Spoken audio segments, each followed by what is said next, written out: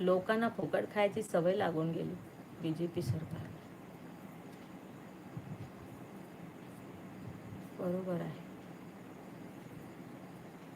पण 4-5 बोटावर मोजण्यासारखे लोक जे चाटुकारी करतात, जर त्यांचंच भलं होत असेल तर मग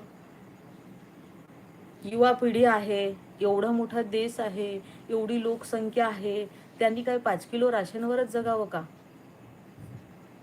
तुम्ही कुठे राहता?